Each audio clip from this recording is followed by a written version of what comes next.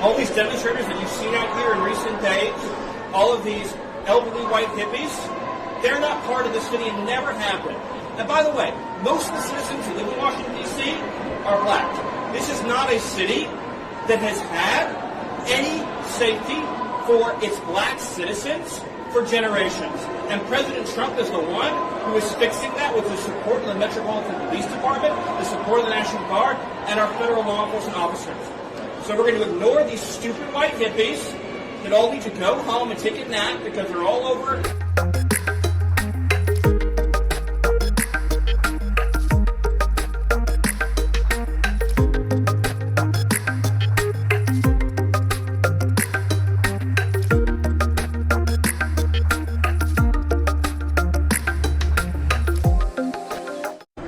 Some violent, crazy people who are screaming at kids with a few crazy liberals who are screaming at the vice president. But I think that's a very worthwhile trade to make because we want our people to be able to enjoy our beautiful cities. And the last thing I'll say is to the American people, D.C. is already safer than it was 9 days ago, but we're going to make it safer still to come. This is your city.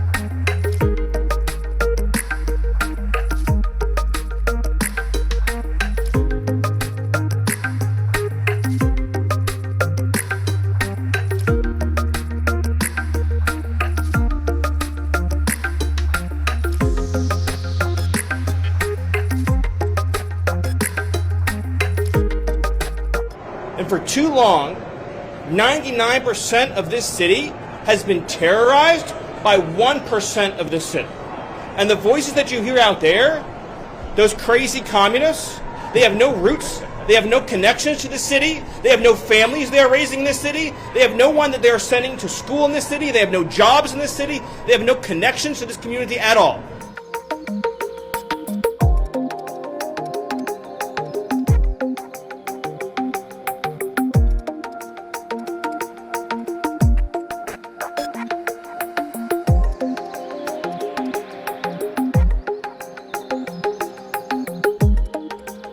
It's time for Media Meltdowns, and this was always going to be a challenge.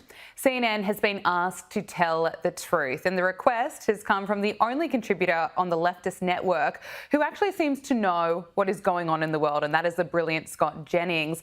The rest of them appear to be living in an alternative universe and have no recollection of the many conflicts that Donald Trump has ended in the past 6 months. But the man has solved 6 or 7 conflicts this year. I think we ought to give him some latitude to operate. Which 6 or 7?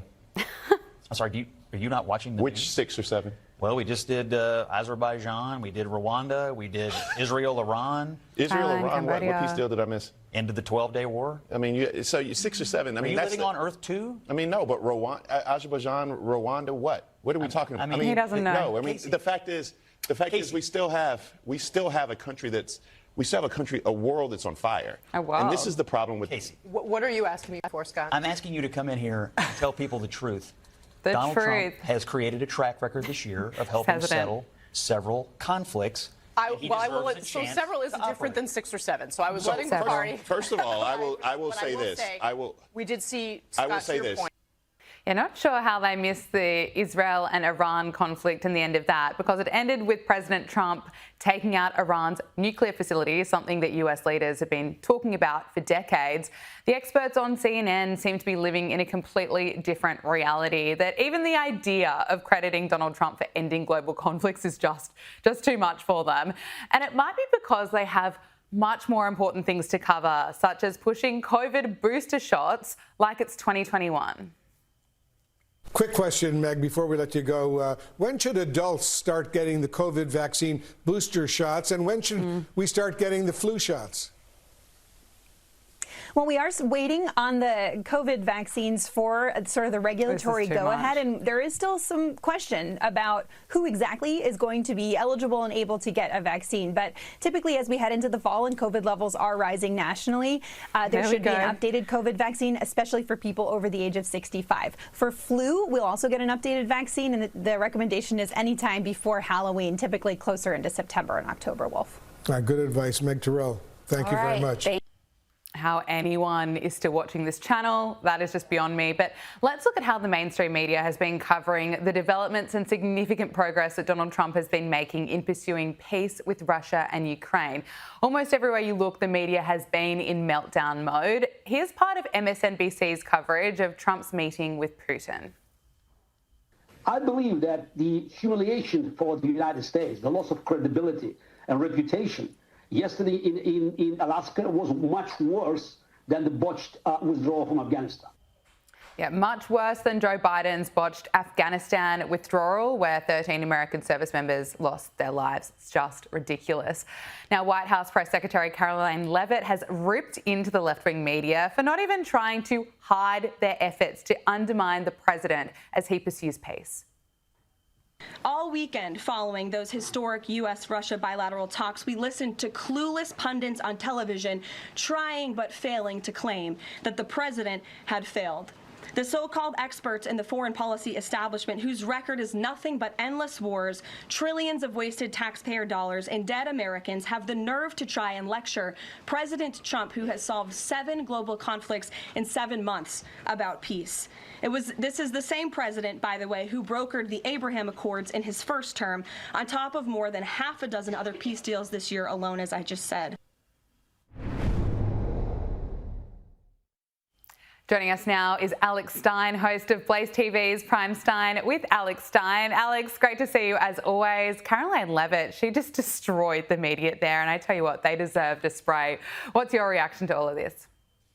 Well, I always like it when Caroline Leavitt, just tells it like it is. And of course, the left-wing media has to paint a picture that Donald Trump isn't succeeding because, that's how they pay their bills. They had to create a narrative that he's not being successful. But, if we are calling balls and strikes, Donald Trump has made a lot of great victories. I think, everybody thought we were going to go into World War III with Iran, and that ended up not being World War III. So we all love what Donald Trump did there. But, at the same time, we don't want a war in Ukraine. Really, the Israel-Palestine, we want that conflict to end. So it's a very complicated process, and we just need to give Donald Trump time. But CNN will not do that. They don't have the ability to give the president time to actually get his agenda done. They want it done right now. And that's why they're so disingenuous, because they know that Joe Biden couldn't do it, and they don't want Donald Trump to make Joe Biden look bad.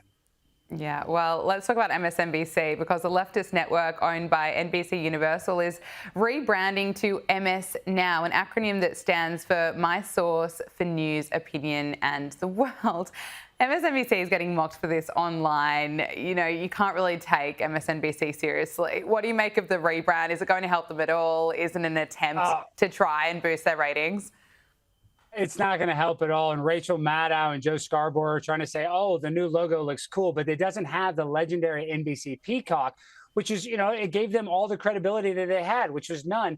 And what's very intriguing about this situation, though, is that MSNBC changed to MS Now, but CNBC gets to stay CNBC. So it just shows you that MSNBC has been so unsuccessful that NBC wants to, disconnect any way possible with that failing ship, that sinking ship, because they're going to still let CNBC use the NBC moniker. So it shows you that one network is doing exponentially worse than the other. Yeah, well spotted. Look.